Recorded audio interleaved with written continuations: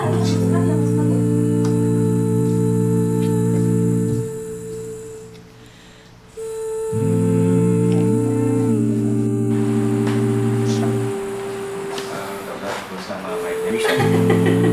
tidak. Nggak apa-apa.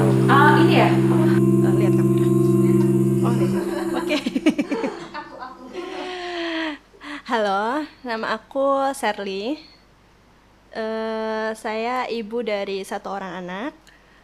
Sekarang kesibukannya momong dan jualan ya. Kebetulan ada usaha jualan baju di BTC, sama ada onlinean sendiri di rumah. Nama saya Nur Aini, biasa dipanggil Aini. Kesibukan saya merupakan seorang pengajar bahasa Prancis di Institut Français Indonésie di Yogyakarta. Halo, nama saya Boriska.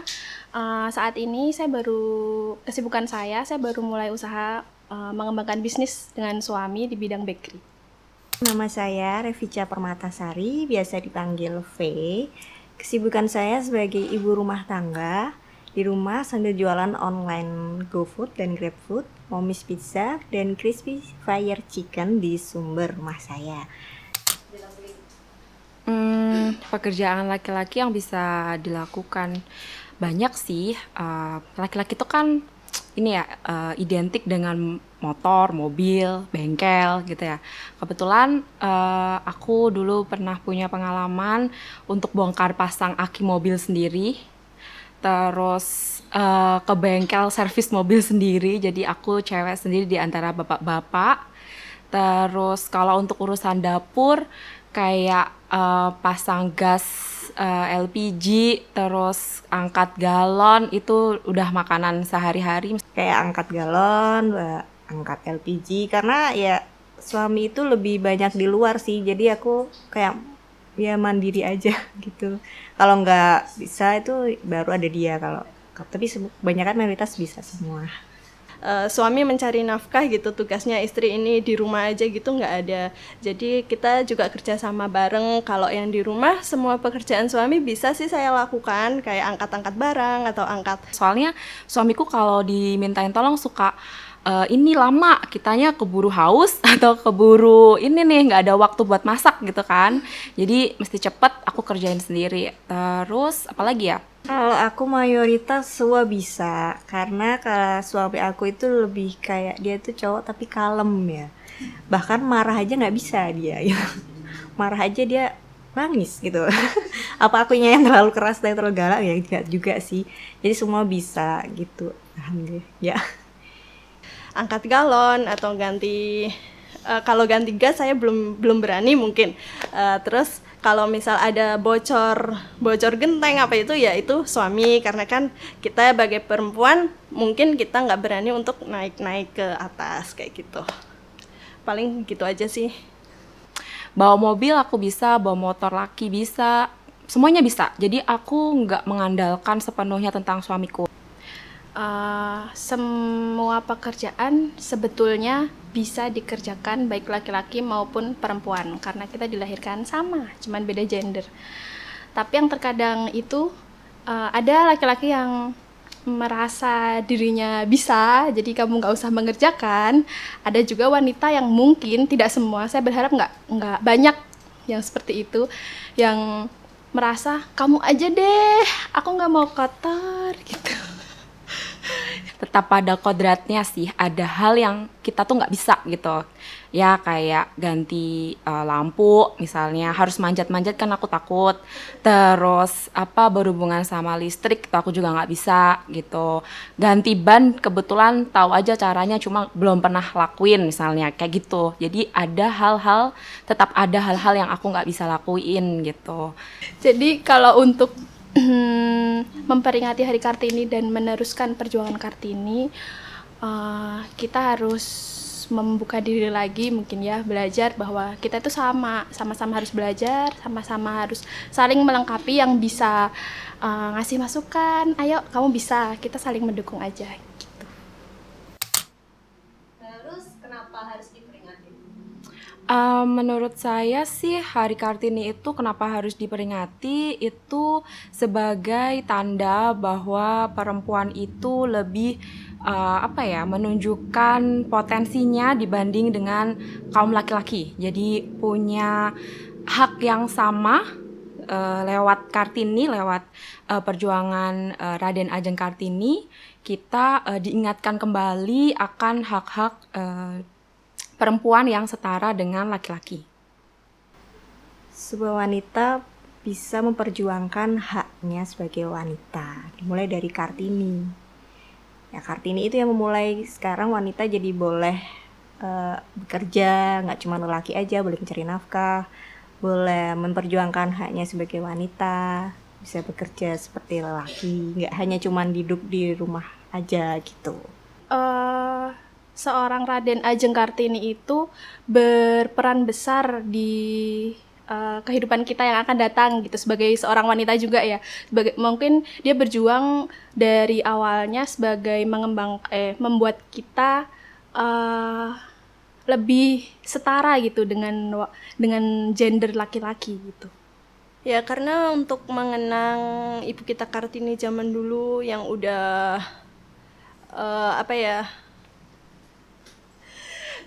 mengenang ibu kita Kartini yang sudah menyetarakan derajat wanita sama dengan laki-laki gitu loh. Jadi ya perlu diperingatkan.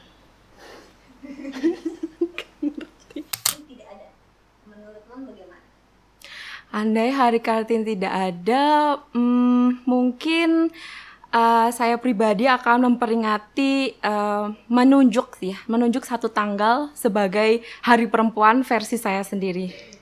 Kenapa? Menurut saya itu penting sebagai apresiasi penghargaan kepada diri sendiri telah menjadi perempuan yang kodratnya itu sangat mulia gitu.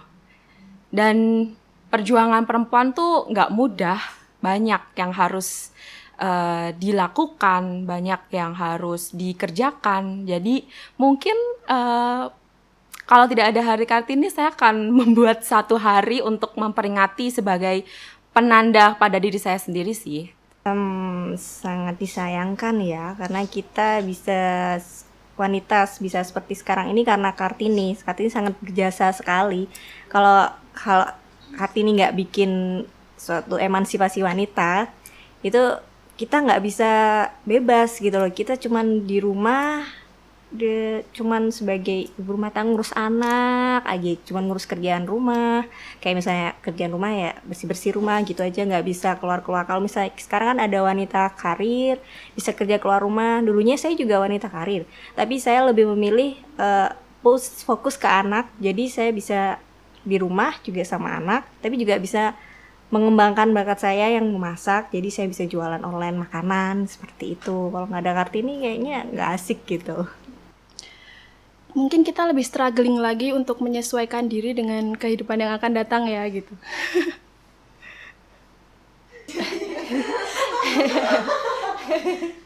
Bisa menghargai wanita, ya, menghargai perempuan. Apa yang bisa diambil dan diterapkan untuk pola pengasuhan anak? Pola pengasuhan anak mungkin dari segi pendidikan ya. Jadi orang tua saya itu selalu menanamkan pada anaknya, kebetulan anaknya perempuan semua, ibu orang tua tuh anaknya perempuan semua. Kami dituntut untuk lulus sekolah dengan benar, ya standarnya adalah sarjana begitu.